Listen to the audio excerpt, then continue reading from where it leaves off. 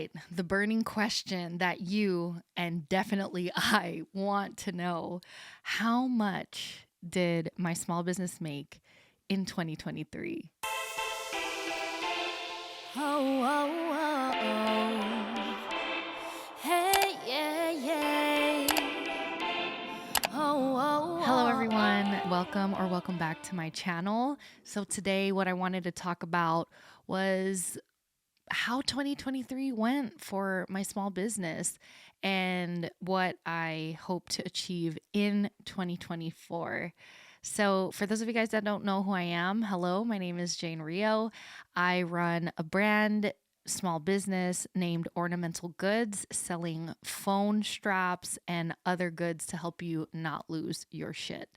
I started in May of 2023, and since 2023 has now ended, I've been able to calculate how much my sales were from May to December. And we'll get into that. I promise. I will share my numbers with you. I'm very transparent, and my whole purpose in sharing my journey is to hopefully inspire anyone else out there that is hoping to maybe build their own small business. And admittedly, even for myself, I'm guilty of this too, and very money motivated.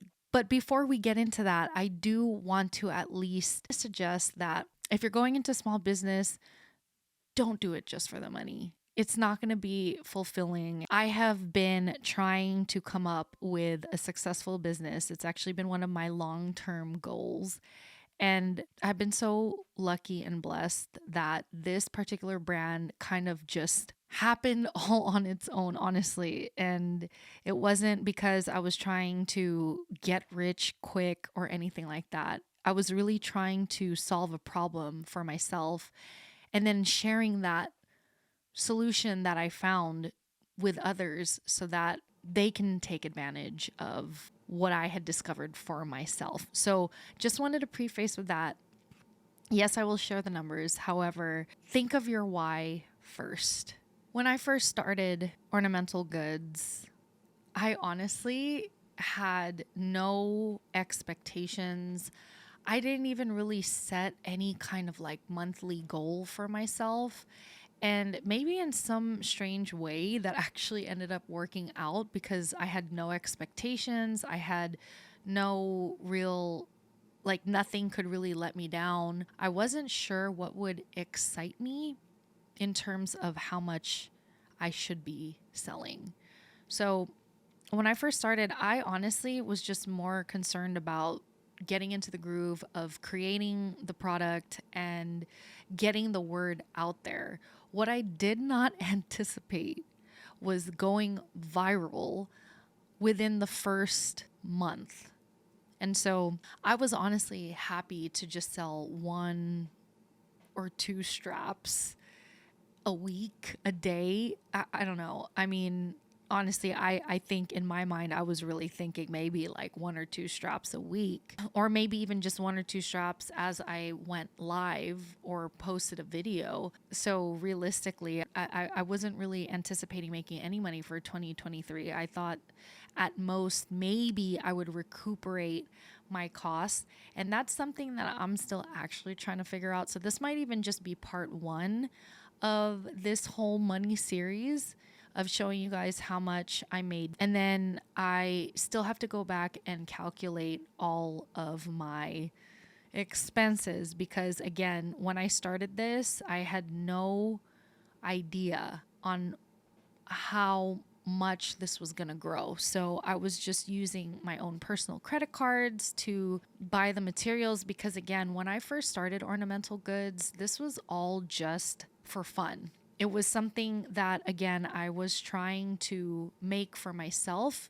as a solution for me always losing my phone. So I was buying material with just my personal credit card and using the extra materials that I was getting as gifts for friends and family. And then once I started posting on TikTok, I was still using the material that I had bought for my own personal use. And so for those of you guys that are just starting out and are still kind of, figuring out your way around owning your own small business, I would strongly, highly suggest to start separating your expenses. Once you even like have the slightest idea that this is something that you want to pursue as a side hustle, small business, whatever it may be. I kind of had this like gut feeling to already do that. So I didn't sign up yet for a business bank account or anything. What I did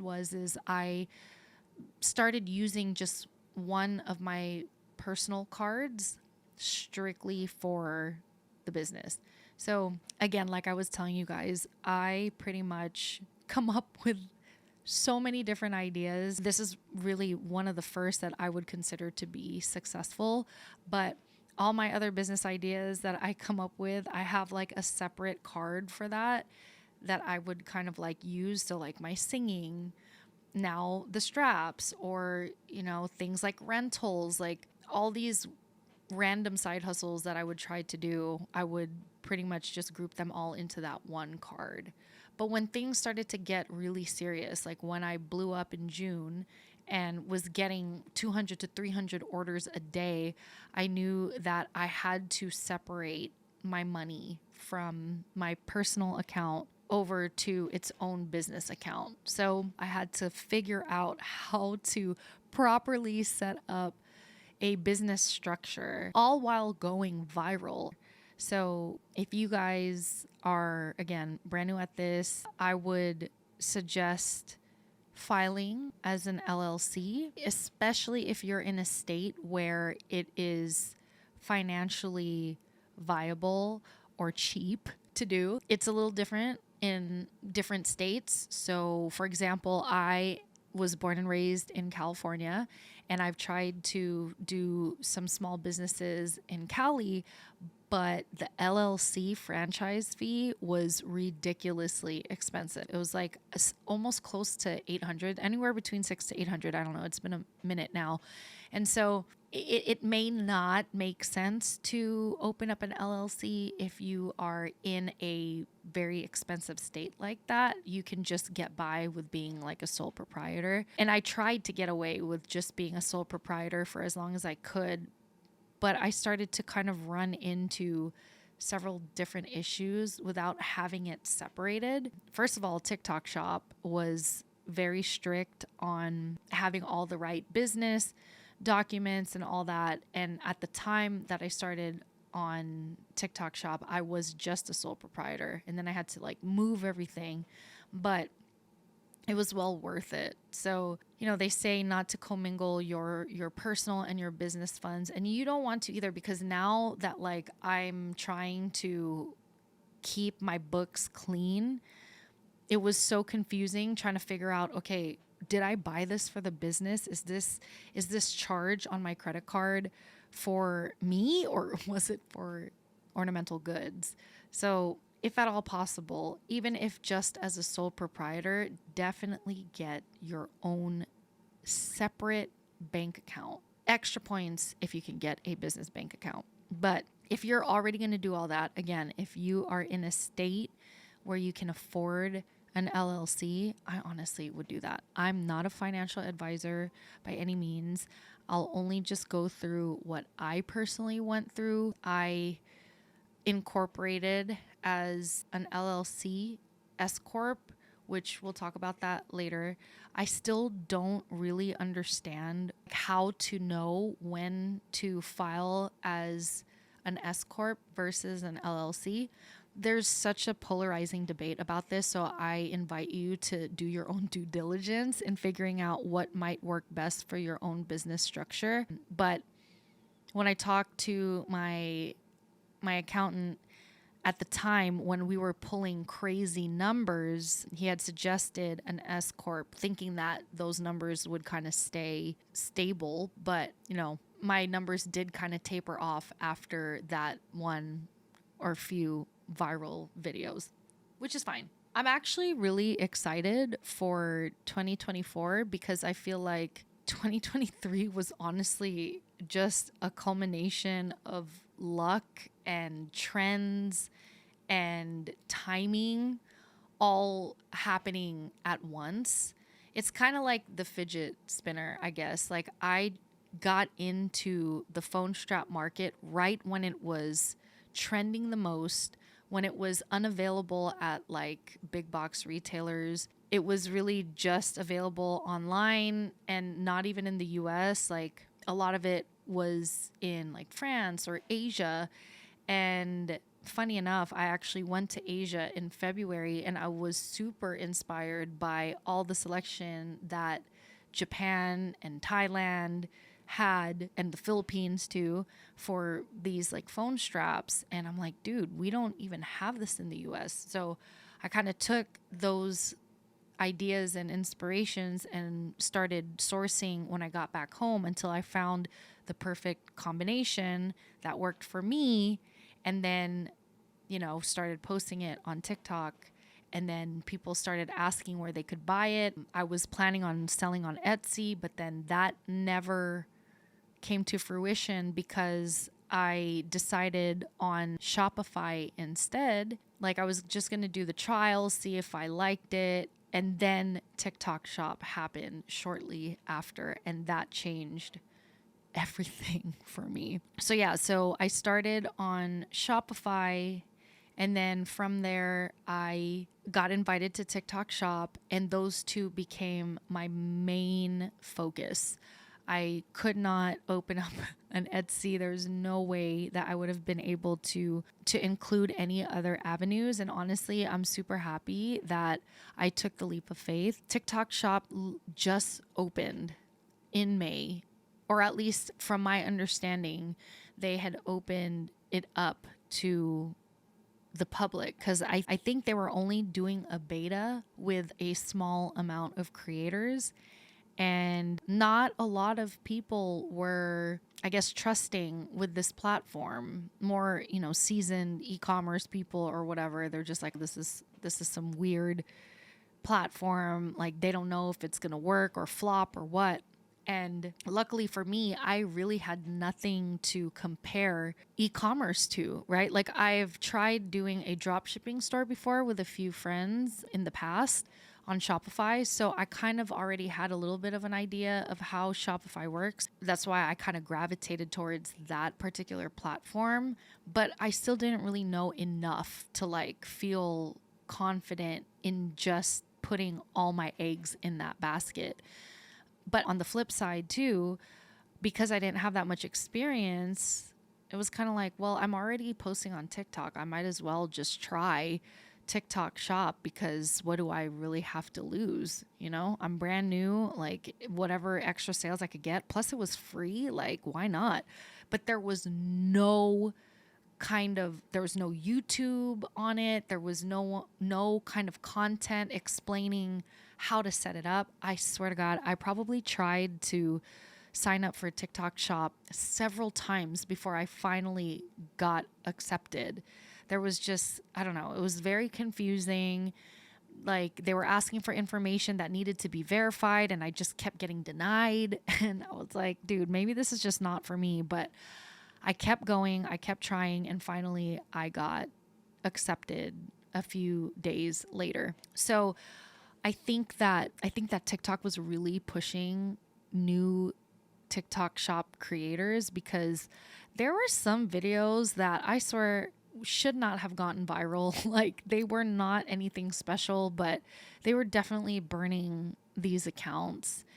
And I feel like they did that as, kind of like, what do you call this? Like a dopamine rush, where you get like this crazy amount of engagement, crazy amount of views, so that you get used to that kind of engagement and then get stuck in the loop and the cycle of ads and stuff, right? But at the same time, I have to say, after being in business for May, June, July, August, September, October, November, December, and then now January, going into 8 months, not even a year yet. God, that's crazy. I used to be very weary about ads. Like, to me, I had this mentality that just make good content and your shit will go viral, right? But that's not entirely the case. All this to say that ads are a good investment if you have some kind of ad strategy. And that's still something that even I'm learning at this point. But kind of think of it this way, right? Like, since we're talking about money, let's talk about the differences between having like a brick and mortar business versus an e-commerce business, right? So if you had a brick and mortar, you would have to pay rent. You would have to pay for a space.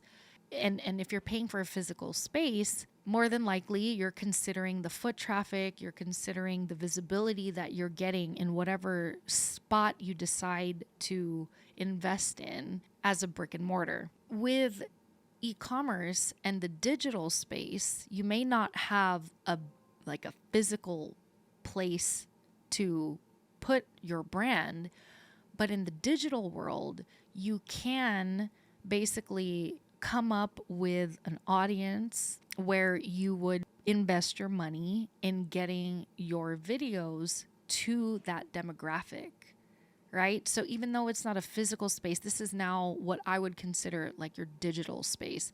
Let's just say that you're paying rent for this brick and mortar store at, I don't know, we'll just say $2,000 a month, right? You're paying $2,000 a month for however many square footage to fit all of your things in. And then of course, whatever the area that you're in will play a factor in the price of your rent. It's the same thing with the digital space. So let's say you take that same $2,000, but now you're putting it in ad space where you are creating different campaigns.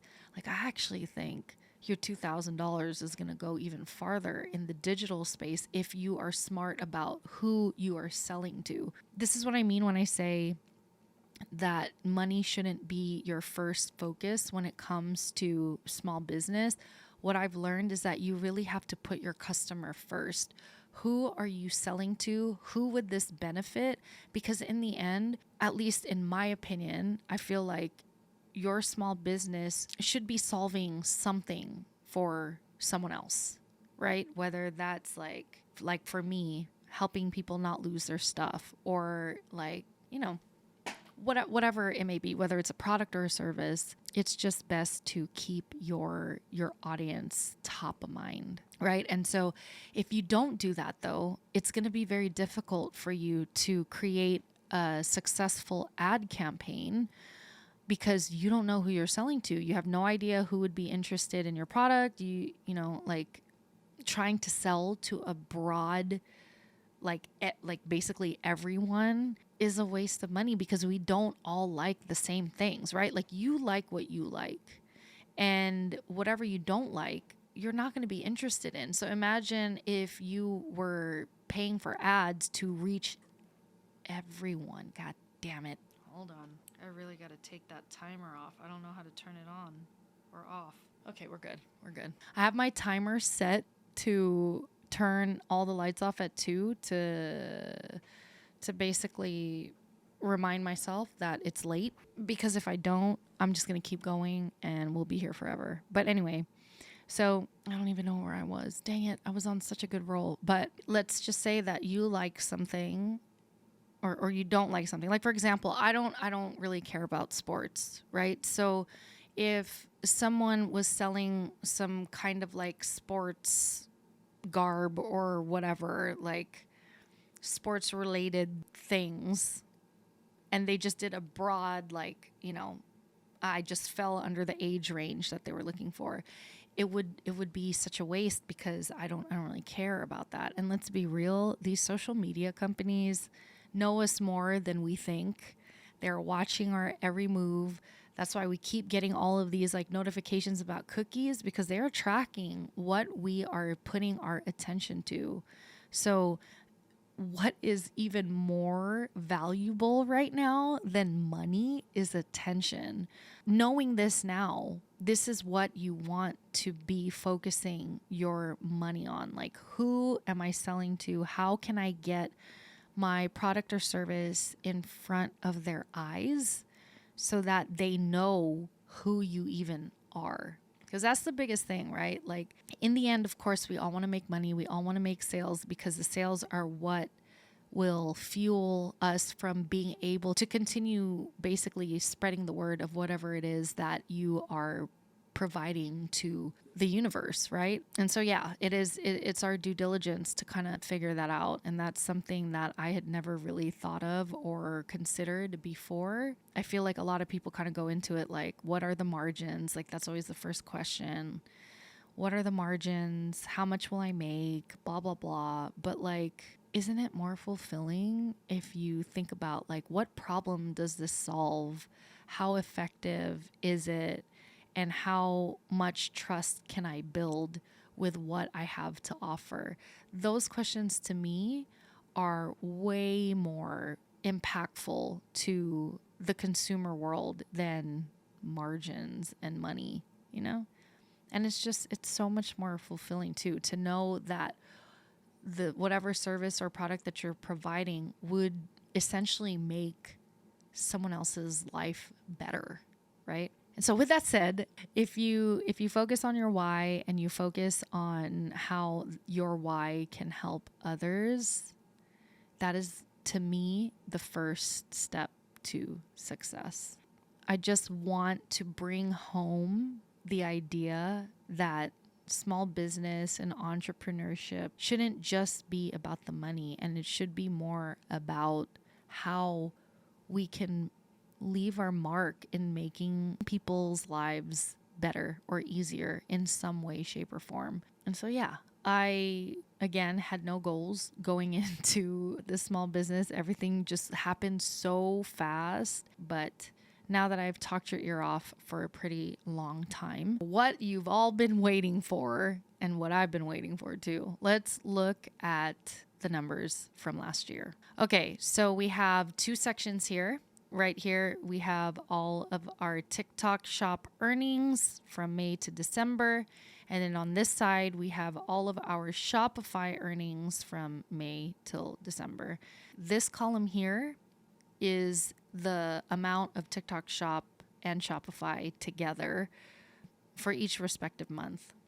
Okay, so as you can see here, May, I had just started. I started on Shopify first, so that's why this number is a lot larger.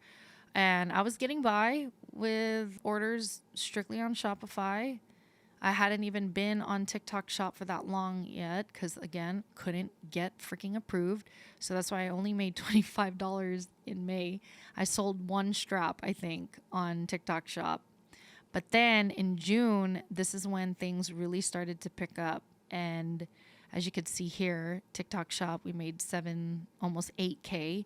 And then June, this I still can't believe this number, 17K in Shopify sales alone. And so July was kind of crazy because we still had some residual virality from some of the videos. But then in August and September, the numbers are a lot lower because I had to close down the shop. Basically, it took me about a few weeks, close to 2 months to fulfill June's orders. Like I said, we were getting 200 orders almost every freaking day. That I was like, there's no possible way that I could do this by myself. So yeah, there's that. So that's why August and September are a little bit lower. It started to pick up in October. I opened the shop up again. And then November for Black Friday and December, this is pretty much where we're at. So with that said, altogether in 2023, we made a total of $51,000. Now remember, this is gross. So this is not putting into consideration my expenses, my shipping, all that good stuff is not calculated into that number. I could tell you right now that just based on my expenses for materials and stuff, I'm sitting at $13,660. And again, that doesn't count shipping, that doesn't count fees of the platform. Actually, does it count fees for the platform? No, it's just shipping. Shipping is the only weird one that I'm not quite sure how to calculate that. And see, this is what I mean when I say it's going to be so much easier for you when you have all of your expenses and income coming out of a separate bank account. Because when I started, I was just using whatever, cards or whatever. So like, I think Shopify has their own account that I need to check to see how much is even in there. And then what else? Like shipping, I have no idea where that comes out of, and that's something that I need to figure out. I think Shopify, for example, Shopify bills the shipping like monthly. Shopify puts the shipping charges with the monthly fee for the month prior, I believe. And then with TikTok Shop, I think what they do is they just withhold the shipping from your payouts. I think, again, not sure. I'm still learning as I go, but I just kind of wanted to give you guys an idea and kind of share with you transparently how much money is out there if you just put yourself and your product and your service, whatever it is that you have to offer, out into the world. But just know that you really have to be driven to put yourself out there. You cannot rely on the audience to come find you. You can't just post some stuff and just hope that someone will randomly find you. If you want the algorithm and these platforms to support you, you also have to support it, whether that's paying for ads, whether that's making content with the audience in mind at the end. It's a give and take, right? So this is way more than I would have ever imagined to make within my first year of business. But as you kind of saw in the numbers, I feel like now it's going to kind of level out. And these numbers here, let me go back. I feel like these numbers here are a lot more realistic. I feel like October is a more realistic month where there's, it's not holiday season yet. I had already closed down the shop for quite some time. The viral rush has already passed. And so this, to me, I feel like is a product of just me posting regularly and without kind of that extra push from TikTok Shop, because at that point, I feel like it had gotten pretty saturated. So,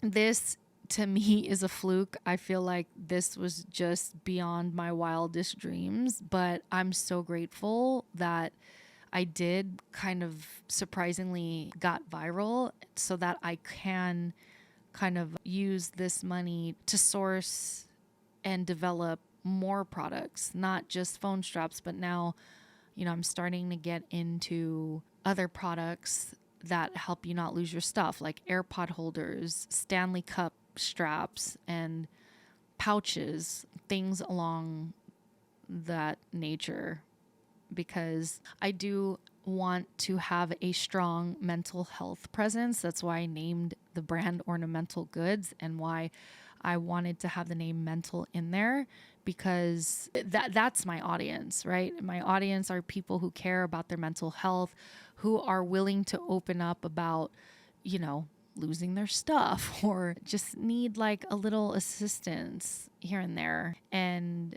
I'm so glad that I've been able to kind of find my community and my tribe through the products that I have found to work for myself and now seemingly is working for others. And that to me is the most fulfilling part of this whole small business journey. Yeah, the money's nice, but really all of this money is going back into the business to continue finding more solutions, to continue getting the word out there so that our little community continues to grow. And one of the things that I really wanted to do with the small business was to give proceeds of the sales to NAMI, which is an organization that advocates for mental health and provides mental health services for people like me who need it.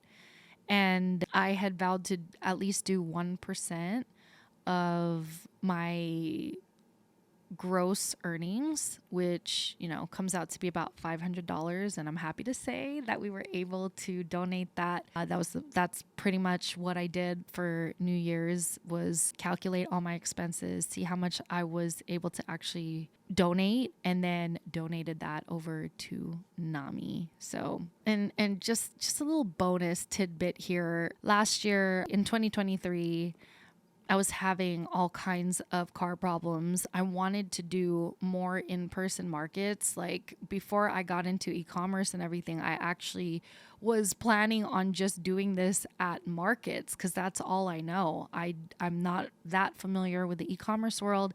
I at least know a little bit more about markets, being that I have an events background.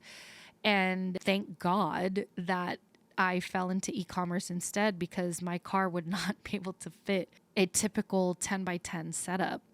And so I'm happy to say that my small business was actually able to get me a new car, or at least new to me. It is used, because I don't believe in buying new cars, but I was able to get a used car that is big enough to support a 10 by 10 setup, booth setup, and also to be used as a tax write-off. So again, I'm not a financial counselor at all by any means, but if there's anything at all that you should do once your, small business starts popping off, where it's difficult for you to manage your books and all that, get an accountant, because they're a wealth of knowledge that will help guide you in what you can and can't spend on. And this used to confuse me a lot, because I'm like, well, what can be used as a tax write-off? And, like, what's allowed as an expense versus what isn't. And one of the things that's really helped me, or how I've kind of understood what can be considered an expense versus not, is if the business expense, if the expense only benefits you as the owner and has no real purpose in the business, then it can't be written off. So, like, for example, with my car, right? Like, I'm able to expense it, because even though I will be using it for my own personal use, I'm going to be using that car to bring and transport my setup to markets, right? So in that case, it is a qualified business expense, at least how I understand it. And yeah, I mean, these are all kind of my money tips. So with that said, really my goal is, I would love to make the same, if not more, than what I made this year. But I also, as much as I would love to hit that goal and put a target on it, I also don't want to be too hard on myself if I don't hit that goal, because again, this is a very special circumstance. Having a viral video go past 1 million views, like, that's insane, and I'm not saying that it's not possible for that to happen again. I believe it is. I believe anything is possible, but at the same time, realistically, I'm also satisfied with normal numbers. So like, if I could even just hit like 2K a month, that would be freaking wonderful. And I think in order for me to hit 2K a month, I have to sell at least like 10 straps a day. And so that's really my goal, is to, make enough content and put myself out there so that people can find my product, so that I could hit that 10 strap a day goal. Some other tips, again, like, always lead with your why, lead with the solution that you're providing versus the margins that you would get, but also be smart and make sure that you are cognizant how much you're spending versus how much you're getting in, because there's a lot of hidden things that, we don't really consider, like shipping, packaging. Packaging is freaking expensive, man. Like, packaging, shipping, supplies, like all those things add up, and branding things like stickers and all that random stuff that you may not realize is an expense, because you're only thinking about how much it costs to make the product, but not thinking about, you know, what it costs to package it and send it out.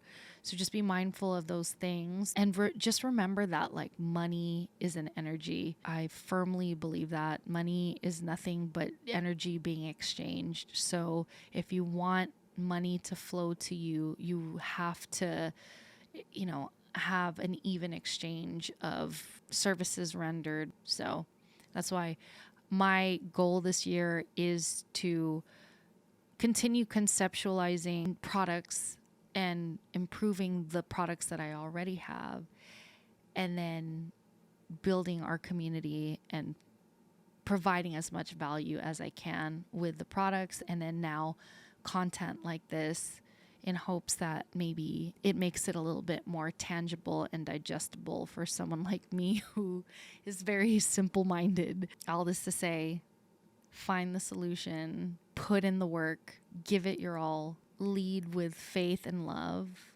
and the rest will follow. So thank you guys so much for watching this video. I know this is probably a really long one, and I'll probably have a part 2. I had mentioned having a part 2, but now that I'm here, I'm like, yes. So the part 2 will be my expenses for 2023, and maybe a plan on how I can minimize those expenses, because I know that I definitely did not know how to manage my money this go around. So yeah. Watch out for part 2, and I hope that you gained something out of this. And if you guys have any questions at all, please don't hesitate to comment down below. Like and subscribe if you haven't already, to help the YouTube algorithm know that this is something that y'all want to see. So till the next video, you guys, find me on TikTok Live, find me on Instagram, and I'll see you guys in the next one. I love you.